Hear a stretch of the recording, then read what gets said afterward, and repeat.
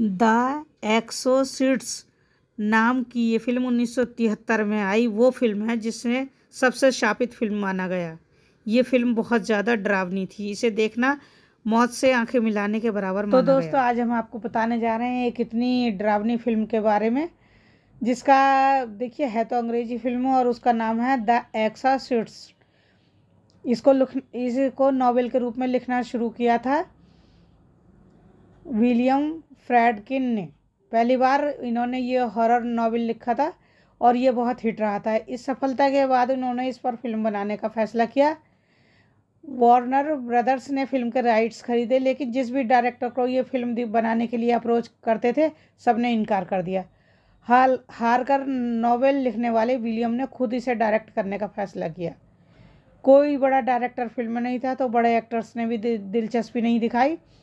नतीजतन फिल्में मामूली एक्टर्स तो आज इसी फिल्म के बारे में हम आपको बता रहे हैं। ये बात है 1969 की और इसको लिखा था फ्रैडकिन ने। तो ये जो हम आपको स्टोरी सुना रहे हैं ये बहुत ही डरावनी और बहुत ही हॉरर से भरी हुई है, डरावने उससे भरी हुई है। तो चलिए शुरू करते हैं आज की स्टोरी। है आपको बताते हैं ये फिल्म कैसी थी और इसमें क्या था। ये दुनिया की इकलौती फिल्म है जिसे देखने के बाद लोग इतने डिप्रेशन में चले गए कि भगवान पर यकीन दिलाने के लिए चर्च से फादर को बुलाया जाने लगा। लोगों को काउंसलिंग की ज़रूरत पड़ने लगी। इसके बावजूद फिल्म का ऐसा क्रेज़ था कि पहले शो के लिए सुबह 4 बजे थिएटर्स के बाहर लाइनें लग जाती थी। टिकट के लिए दंगे भी हुए। इन सब के बावजूद ये फिल्म एक ऐसी हॉरर फिल्म बनी जिसे ऑस्कर में 10 नॉमिनेशन मिले। फिल्म ने 2 ऑस्कर और 4 गोल्डन ग्लोब अवार्ड जीते। फिल्म ने कमाई के कई रिकॉर्ड तोड़ दिए थे। ये फिल्म अपनी मेकिंग के दौरान ही शापित और मनहूस मानी जाने लगी थी। इस फिल्म की मेकिंग के दौरान इससे जुड़े 20 लोगों की मौत हो गई थी। कई हादसे, एक बार सेट जल गया था और उसमें 9 लोग मर गए थे। और जिस कमरे में भूत प्रेत वाले सीन शूट होते थे उसमें कुछ भी नहीं हुआ था, एक चिंगारी भी नहीं पहुंची थी। इस हॉरर मूवी का नाम था द एक्सोर्सिस्ट और यह फिल्म भी काफ़ी हिट रही थी और काफ़ी डरावनी थी।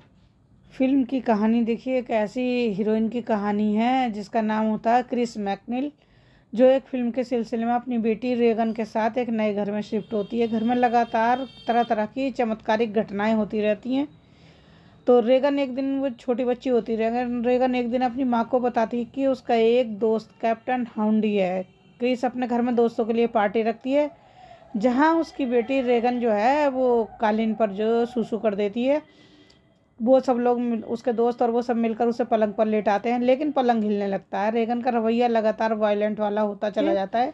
क्रिस जो है वजह जानने के लिए उसके कई मेडिकल टेस्ट करवाती है, लेकिन सभी रिपोर्ट्स नॉर्मल ही रहती हैं। कुछ समय बाद लगातार होती घटनाओं से साफ पता चलता है कि ये एबनॉर्मल घटनाएं हो रही हैं और रेगन पर किसी बुरी आत्मा का साया है।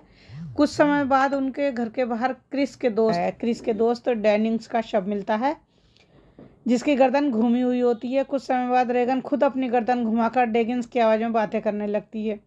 रेगन की हालत बिगड़ती जाती है और उसके शरीर पर रोजाना नए जख्म बनते रहते हैं। एक डॉक्टर क्रिस को सलाह देते हैं कि उन्हें किसी फादर की मदद से अपनी बेटी की झाड़ फूँक करवानी चाहिए।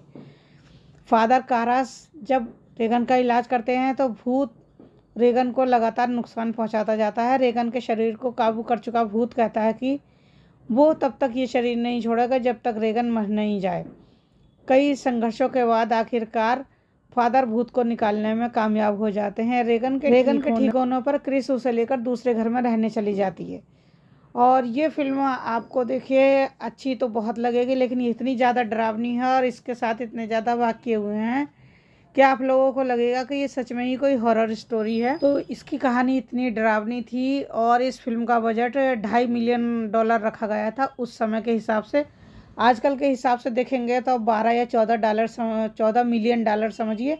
उस समय $2.5 मिलियन रखा गया था, लेकिन सेट के लगातार क्षतिग्रस्त होने और एक्टर्स के साथ होते हादसों से शूटिंग टलती चली गई और बजट जो था वो बढ़ता चला गया। फिल्म का बजट 5 गुना बढ़कर $12 मिलियन हो गया था।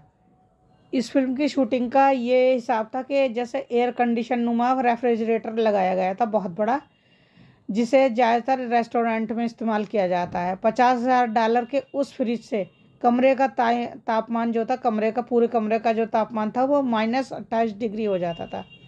कमरे की लाइट से तापमान 3 मिनट में ही सामान्य हो जाता था। जो कमरे में लाइटें जलती थी ना, तो वो 28 डिग्री जो माइनस था ना, वो 3 मिनट में ही नॉर्मल हो जाता। तो ऐसे में एक दिन में महज 5 शॉट ही शूट किए जा सकते थे। तो इस वजह से फिल्म को फिल्माने में, क्लाइमैक्स सीन को फिल्माने में 1 महीना लगा था। फिल्म का देखिए क्लाइमैक्स सीन जो था उसे फिल्माना बहुत ही चैलेंजिंग रहा था।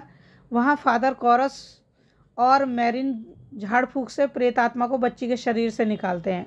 उसे फिल्माना इनके लिए बहुत ज़्यादा चैलेंजिंग रहा। नॉवेल की तरह डायरेक्टर एक ऐसा ठंडा कमरा चाहते थे जहाँ एक्टर्स की सांसों के साथ साथ भाप निकलती दिखाई दे। सेट पर ऐसा एयर कंडीशन नुमा रेफ्रिजरेटर लगाया गया था, जिसे ज़्यादातर देखिए रेस्टोरेंट में इस्तेमाल किया जाता है। इस फिल्म की शूटिंग मोसुल यानी कि इराक में हुई थी। 70 के दशक में सिविल वॉर के कारण इराक और यूएस के रिश्ते ठीक नहीं थे। डिस्ट्रीब्यूटर वार्नर ब्रदर्स को डर था कहीं शूटिंग के दौरान क्रू और एक्टर्स को जान का खतरा ना हो। उन्हें डर था कि क्रू लौटेगी ही नहीं, लेकिन ऐसा नहीं हुआ। रूलिंग पार्टी से समझौता कर डायरेक्टर ने सभी तैयारियों और सुरक्षा की जिम्मेदारी ली। इराक की रूलिंग बाथ पार्टी ने शर्त रखी थी कि शूटिंग की इजाज़त तभी मिलेगी जब लोकल वर्कर्स को शूटिंग के लिए हायर किया जाएगा और उन्हें फिल्म मेकिंग सिखाई जाएगी। तो डायरेक्टर इसके लिए जो थे मान गए थे। तो फिर वहाँ पर शूटिंग शुरू हुई। स्पेशल इफेक्ट के सुपरवाइजर को भी शूटिंग के दौरान कुछ निगेटिव शक्तियों का आभास हुआ था। उन्होंने कहा था सेट पर यकीनन कुछ अलौकिक शक्तियाँ थी। मैंने अपने आसपास ऐसी बहुत सी चीज़ें महसूस की। फिल्म की शूटिंग के बाद भूत प्रेत पर यकीन न करने वाले डायरेक्टर भी भूत प्रेत पर यकीन करने लगे थे। उन्होंने बताया कि मैं जादू टोने में विश्वास नहीं रखता था, लेकिन ये फिल्म बनाते हुए जो कुछ भी मैंने देखा उससे मेरा नज़रिया बदल गया है। सेट पर कुछ सुपर नेचुरल शक्तियों को महसूस किया गया था। शुरुआत से ही हम अजीब और अनर्थकारी घटनाओं से त्रस्त थे। फिल्म में हमने ऐसे कुछ सीन लिए जिन्हें मैं खुद समझा नहीं सकता। कभी कभी हमें सेट पर अलौकिक शक्तियों का आभास होता था। देखिए, जब इस फिल्म को देखने एक लेडी आई थी तो वो लेडी जो थी डरावने सीन देख के इतना ज़्यादा डर गई कि जब वो उठी तो वो ऐसी गिरी कि उनका ना बैलेंस बिगड़ गया और वो गिर गई और गिरने से उस महिला का जबड़ा टूट गया और उसने इस फिल्म के डायरेक्टर पर मुकदमा ठोक दिया था। फिल्म के डरावने सीन देखकर कई लोगों की मानसिक स्थिति इतनी गंभीर होने लगी कि उन्हें इस फिल्म को जहन से हटाने के लिए चर्च और पादरी के पास जाकर मदद लेनी पड़ी।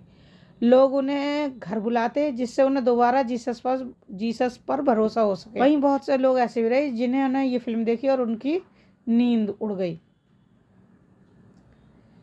थिएटर के बाहर पुलिस मौजूद रहती थी, लेकिन उसके बावजूद भी कई महिलाओं का गर्भपात हुआ तो कई को आया हार्ट अटैक।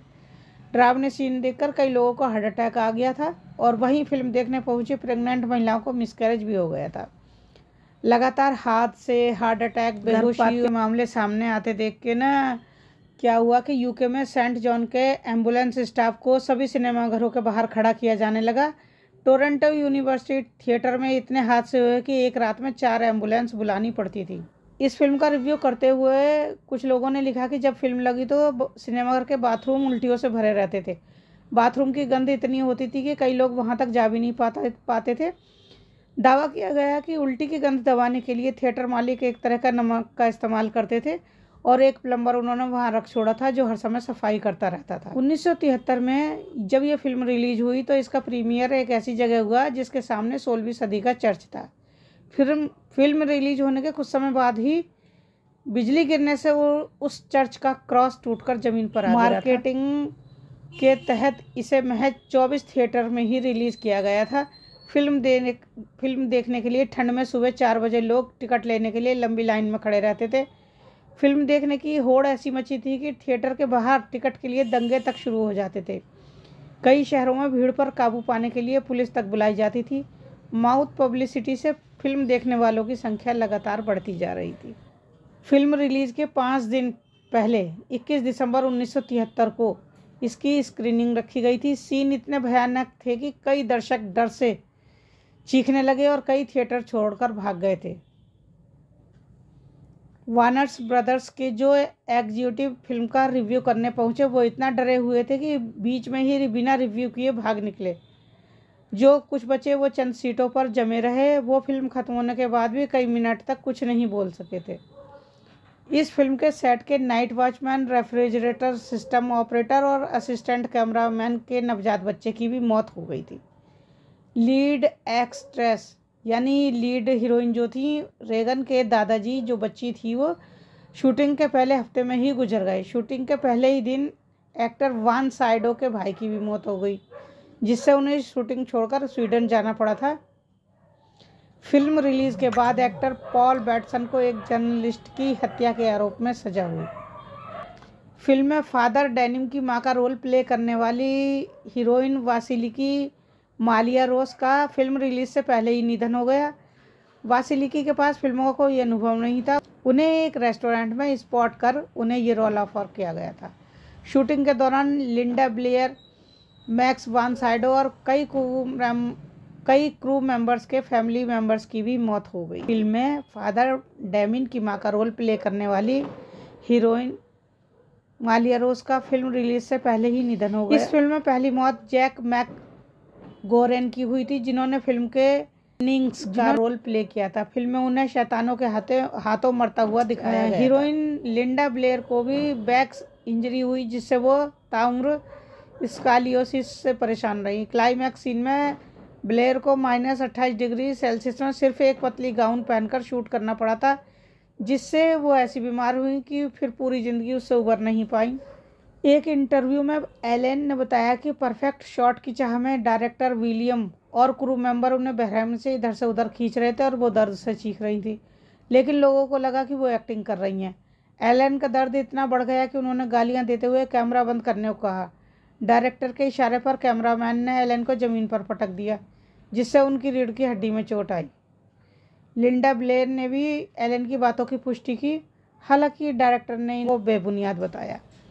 जब इस फिल्म में भूत प्रेत वाले सीन फिल्माए जा रहे थे तो वहां पर आग लग गई थी पूरे सेट पर। फिल्म की शूटिंग शुरू हुई 1973 में। शूट के दौरान एक चिड़िया के इलेक्ट्रिक सर्किट बॉक्स में घुस जाने से पूरे सेट पर आग लग गई।